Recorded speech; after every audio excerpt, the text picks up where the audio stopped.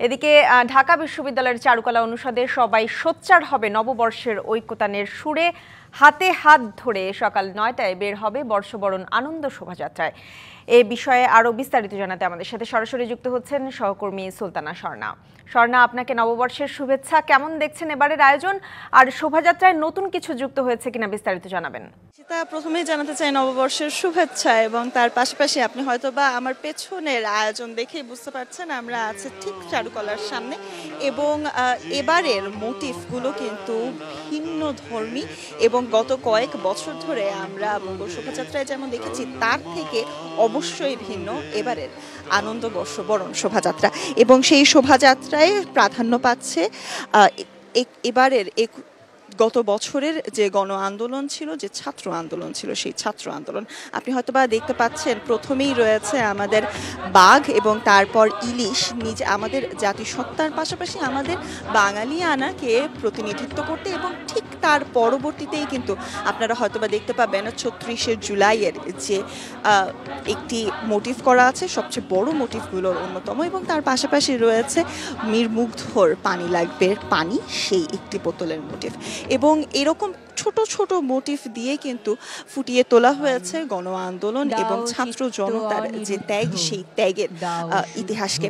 এবং তার পাশাপাশি যদি আসলে যুক্ত করি, স্বৈরাচারের যে ফ্যাসিস্টদের যে একটি মুখাকৃতি ছিল, সেটি পুড়িয়ে দেওয়ার পরও কিন্তু খুব কম সময়ের মধ্যে নতুন করে আরেকটি মুখাকৃতি তৈরি করা হয়েছে। এবং শান্তির পায়রার পাশাপাশি আমরা কিন্তু সেই মুখাকৃতি, ফ্যাসিস্টের সেই মুখাকৃতিও কিন্তু দেখতে পাচ্ছি চারুকলার গেটে প্রস্তুত রয়েছে।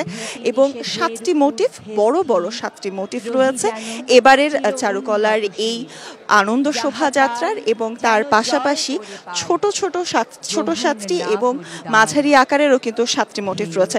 তবে তার পাশাপাশি এবারের শোভাযাত্রায় গুরুত্ব পাবে ফ্যাসিস্ট সরকারের কে রিপ্রেজেন্ট করা এমন 70টির মতো মুখোশ। তার পাশাপাশি থাকছে মুঘল এবং সুলতানি আমলের বিভিন্ন মুখোশ। পালকির হয়তোবা মোটিভ, বড় একটি মোটিভ রয়েছে, সেটিও হয়তোবা আপনারা দেখতে পাচ্ছেন। এই ধরনের আমাদের বাঙালি জাতিসত্তার অর্থাৎ গত 450 বছরের আমাদের বাংলাদেশের যে ইতিহাস রয়েছে, সেই ইতিহাসের সর্বোচ্চই কিন্তু তুলে ধরা হয়েছে এবারের আনন্দ বর্ষবরণ শোভাযাত্রায়। এবং তার পাশাপাশি ৩৬শে জুলাইকে মাথায় রেখে বিভিন্ন ধরনের ছোট ছোট মোটিভ কিন্তু রাখা হয়েছে।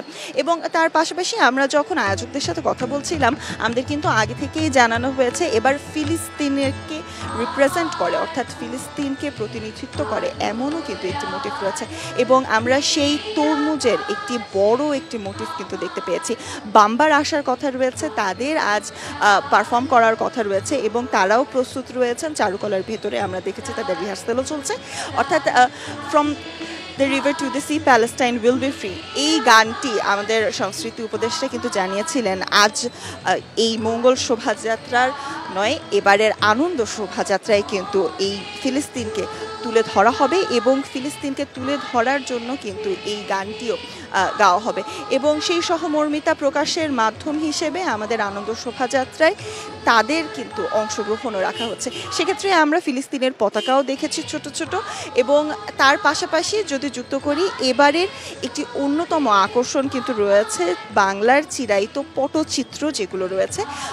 এর আগের শোভাযাত্রাগুলোতে আমরা কিন্তু পটচিত্র তেমন দেখতে পারিনি, তবে এবারের আনন্দ শোভাযাত্রায় কিন্তু বাংলার সংস্কৃতিকে ফুটিয়ে তোলার জন্য পটচিত্রর 7টি বড় বড় 7টি পটচিত্র রয়েছে। তার পাশাপাশি মুখোশ তো থাকছেই, ছোট আকৃতির পটচিত্র থাকছে। তবে সকাল থেকে আসলে যে পরিমাণ লোক সমাগম হয়েছে গত কয়েক বছরের তুলনায়, যদি আমি বলি গত কয়েক বছরের তুলনায় এবারের লোক সমাগম অনেক বেশি। এবং তার পাশাপাশি আজ সকাল থেকে আমরা এখানে অবস্থান করছি জাদুঘরের সামনে, কিন্তু আমরা এরই মধ্যে দেখতে পেয়েছি রাজারবাগ পুলিশ লাইন থেকে অনেকগুলো ঘোড়া এসেছে। এবং সেই ঘোড়ার পাশাপাশি কিন্তু আমরা দেখছি সুসজ্জিত ঘোড়ার সাথে কিন্তু আমাদের শান্তির বার্তা দেয় এমন পায়রারও আমরা মোটিভ দেখতে পেয়েছি, অর্থাৎ মিলেমিশে বাংলার যে আমাদের সভ্যতা, আমাদের যে সংস্কৃতি, আমাদের যে বাঙালিয়ানা, পুরোটাই কিন্তু এবারের আনন্দ শোভাযাত্রায় ফুটিয়ে তোলার সর্বোচ্চ চেষ্টা করা হচ্ছে। ঈশিতা, কিছুক্ষণের মধ্যেই অর্থাৎ সকাল 9টার মধ্যেই কিন্তু শুরু হয়ে যাবে শোভাযাত্রা। পরবর্তী সংবাদে হয়তোবা আমি আরও আপনাকে বিস্তারিত জানাতে পারবো, আরও বিস্তারিত হয়তোবা দেখাতে পারবো। স্বর্ণা, আপনাকে ধন্যবাদ।